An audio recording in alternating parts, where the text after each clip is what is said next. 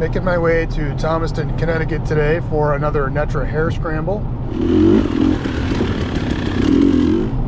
Got the KTM 300 in the back of the truck. My goal today is to finish. Yeah, it was very modest goals for today. I tried to be realistic. Usually it's don't finish last, but on this day I was just planning to try to finish. It's fascinating because even on the ride down, I was thinking, do I really need to do this race? And when this lineup happens, the pit in my stomach was awful. Oh, and by the way, all these guys lined up left to right, they're all going to take a 90-degree left and go down one double track. Crazy start. All right, go time.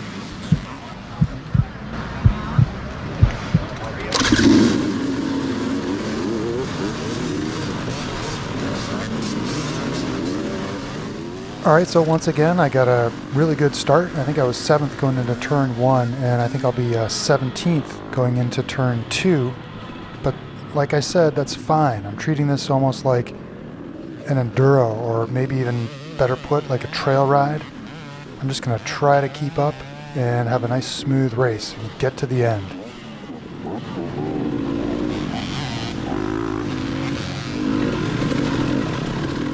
Trail conditions at Thomaston, totally awesome. Got some mud, some roots, some rocks, but not a lot. Mostly it was just prime, loamy, grippy stuff like this. I loved it.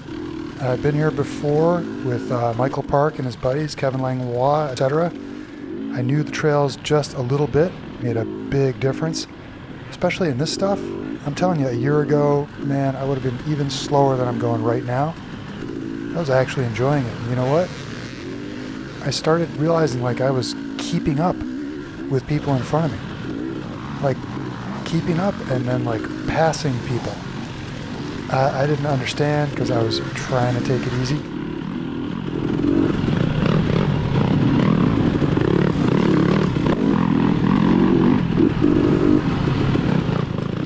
Now that guy in front of me on the Kawasaki, okay, he ends up finishing 5th in my class, C Super Senior. And I'm telling you what, guys, I don't know if I was dicing with this guy, but I mean, I kept up with this guy for a while. That's amazing to me.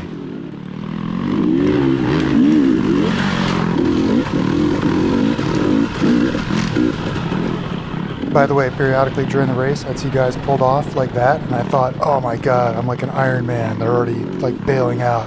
They can't hack it. But I think those were just the sweep riders. Anyway, there he is, number 546, Michael Wilson, your eventual 5th place finisher, and I'm keeping him in sight. Like I'm on it. It blows my mind. I only realized it after when I was watching the footage back. And now I'm completely fired up. It's ridiculous.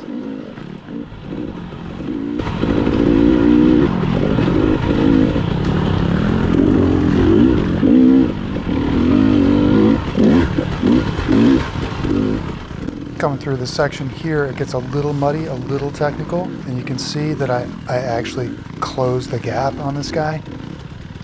Guys, this is like I'm actually racing. I have not ever actually been racing on a dirt bike before. I have been actually racing on a road racing bike many times, and I love it. This was the first time in the woods. Now, of course, at the time I didn't know it. I had no idea who this was or what class he was in, but man, this is like an epiphany. This is so cool.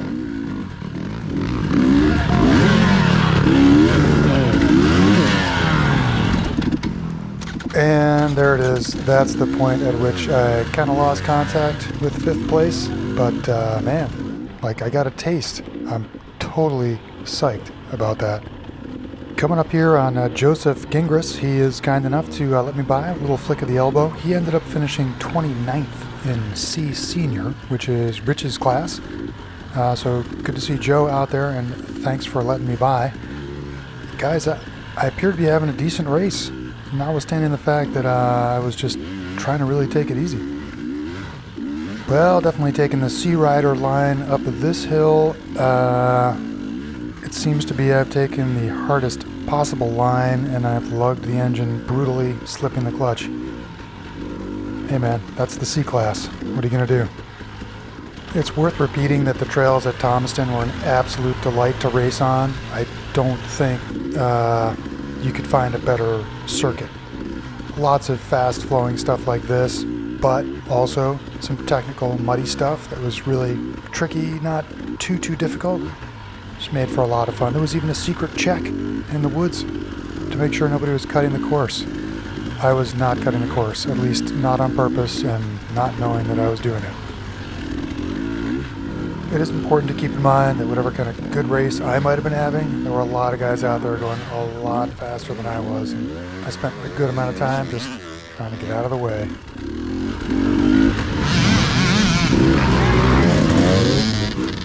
Yes, please let me get out of the way of those guys. They are legit dicing. Check out coming through this turn. I spear off briefly almost here, and I would have run right into that guy.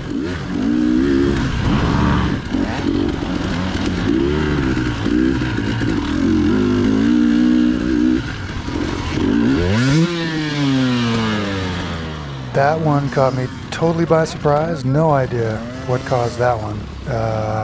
Got a little train wreck here.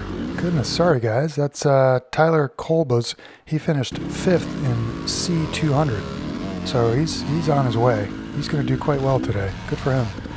Now, interestingly, that was not the only gravity pocket on this part of the course. Apparently, another one right here. Boom. I mean, these guys just passed me and they're already down in the dirt. There's a guy there. He's got his helmet off right in the middle of the trail. I don't know what's going on there. Mayhem. Getting to the end of lap 1, and just to understand kind of the bizarre nature of my psychology, I was completely ready to pull off. I was going to stop. I was having a terrible race, and the only thing that would prevent me from stopping is if I were in the top 10. I could not have been more surprised. I was in 8th and apparently 8 seconds behind 7th. This makes no sense to me. I don't even care. I pull over. I'm taking a water break. Bite me. I'm doing it. I'm proud. I'm an old man. I need my water. And we're back at it. Here we go.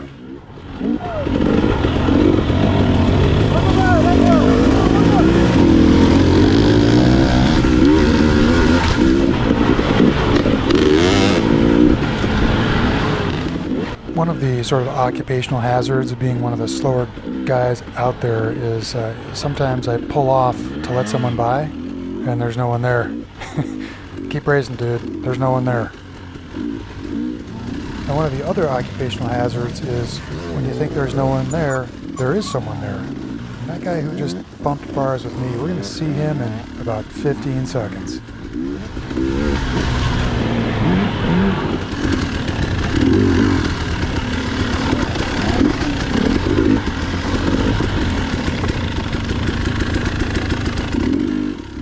So yeah, that's the tortoise passing the hare, in case you were wondering.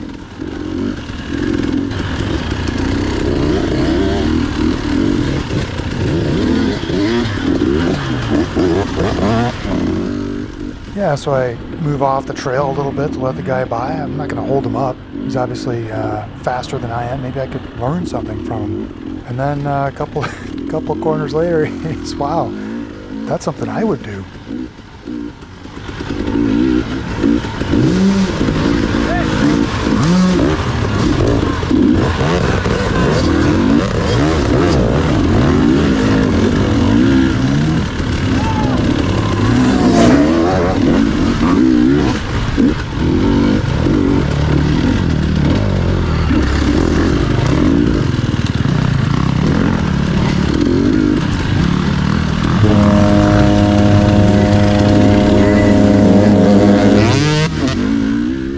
Yeah, it did start to get a little hectic.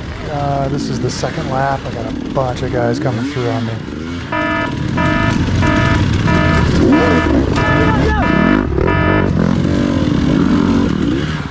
Alright, so that was busy.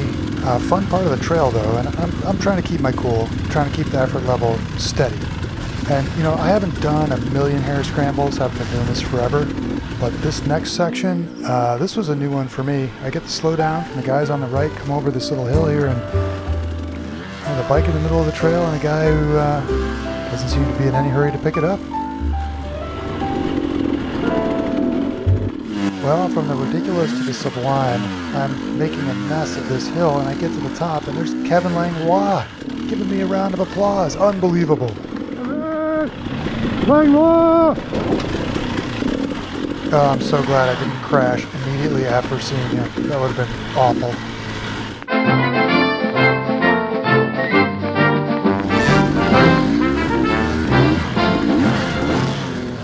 This is exactly the same spot where I lost track of 5th place, by the way. And these guys helped me, but it doesn't get any better even after they help me.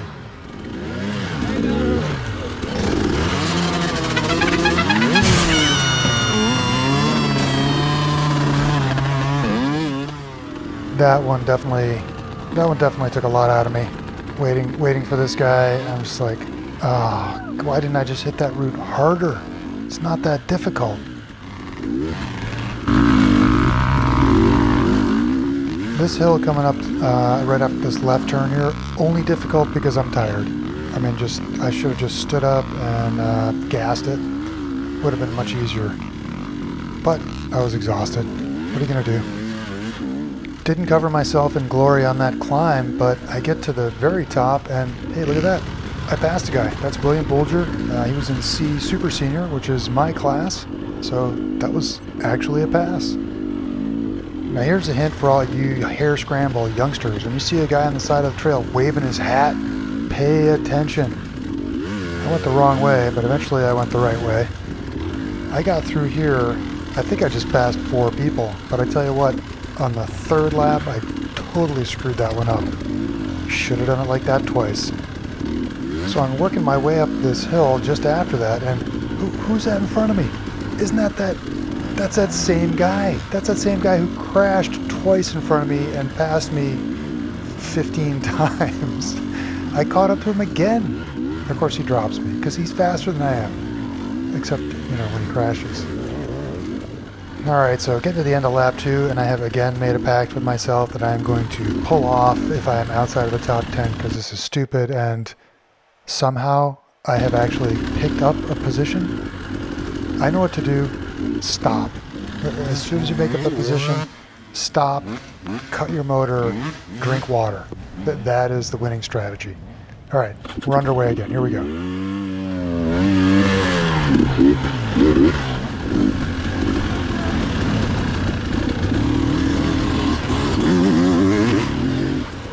Now at some point fairly early in lap 3, I started to wonder if maybe we were going to have to do 4 laps. And if that's true, then I should be going even more slowly than I already am. Oh my god, this totally got inside my head. And then, out of nowhere, Rich. Go, go, go! It was so cool to see Rich, and it was awesome that he saw me also. I didn't know there was a guy right on his ass, otherwise I would have completely blocked that guy, happily. I would have put him right into the woods. Anyway, they take off. Look how much faster they are, just on that one straight. They picked up probably 10 seconds. Outrageous. And coming up here, what do I make another pass on somebody? What's going on here? Oh, okay, I passed someone who's stopped. Wait, no, I don't. I briefly passed someone who stopped. That's not very good. I thought this was a race.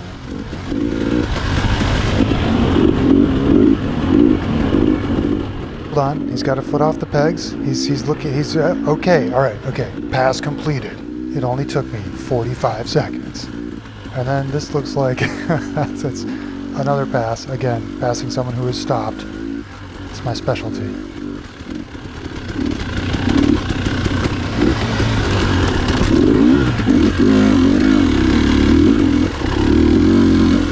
But right now, guys, get away. I should probably do another lap.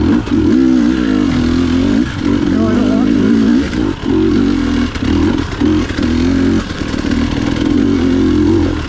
Real easy. I was taking it real easy, but I did have a sense that I could finish like in the top 10, and I started pushing a little bit. You can see it here. Yes, because I crashed, but look at how quickly I get up and get back on that bike. Huh? Huh? That's right. I'm in it. I'm actually racing. That guy who just passed me, I hope that wasn't for position. That would be embarrassing.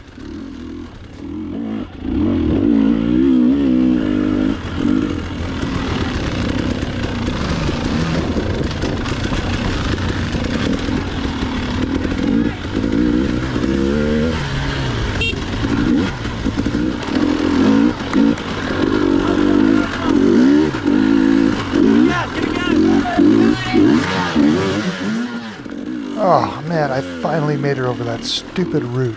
That must have cost me a minute, I bet, during this race. Start honking the horn. Oh, I'm losing my mind. Speaking of losing my mind, this was bad. This was real bad.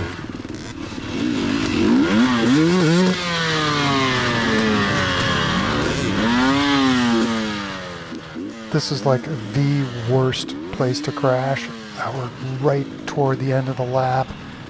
I actually have to push to get up here.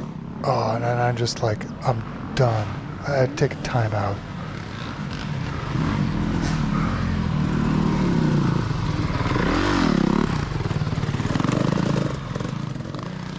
I see all these guys start to pass me, and I'm like, oh, is that for position? Is this like all my effort now is done because that one stupid crash? But I'm looking really closely at them. I think, I don't know, they're probably too fast to be my competition. All right, passed somebody, I don't know, who knows, maybe that was for position. But at this point, I was kind of starting to freak out about having to do another lap. I just didn't think I had it in me. But of course, I would have done it. You have to, but... Oh, here it is, the moment of truth. Please, please, please show me the checkered flag. And then off to the left here, hey, it's Rich cheering for me. Yeah, go, go, go, go, go. Please, go. Go show me the checkered flag. Please let me have done better than I expected in this race. All right, here we are. Oh, there it is, the checkered flag. Thank you. And 7th place. Probably my best finish of the season. Unbelievable. How'd you do?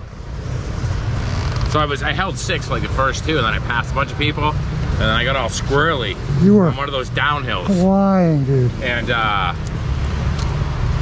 4 guys passed me all in my class. So like you boom, boom, boom, boom. So I got 8. Whatever. You got 7th in your class. That's not bad. I was coming around and I was like, is this 4 fucking laps? Because I was like, if it is, I like seriously need to take it easy. So I did. I came around, I'm like, I actually don't feel that bad if there's 1 more. I could do 1 more. Oh, Rich, as usual, talking tough. He could do 1 more. Actually, probably could do like 3 more. He's going to be doing an enduro next weekend. He's out of his mind. For my part, I am so pleased. I really enjoyed that. I think I was actually racing, although at the time, maybe I didn't even know it. And it's a little bittersweet because that might be my last hair scramble of the year because we got a puppy. I don't really know why we got a puppy, but I know I haven't worked out once since the thing showed up. I'm still riding though, and I'm not going to start a puppy YouTube channel. Thanks for watching, guys. Stay safe, and we'll see you for the next one. I had a dog, his name was Blue. I had a dog, his name was Blue. Yeah, Blue wanted to be a CO2. Blue wanted to be a CO2. So we bought him a mask and 4 tiny fins. Bought him a mask and 4 tiny fins. And we took him to the ocean and we threw him in. And we took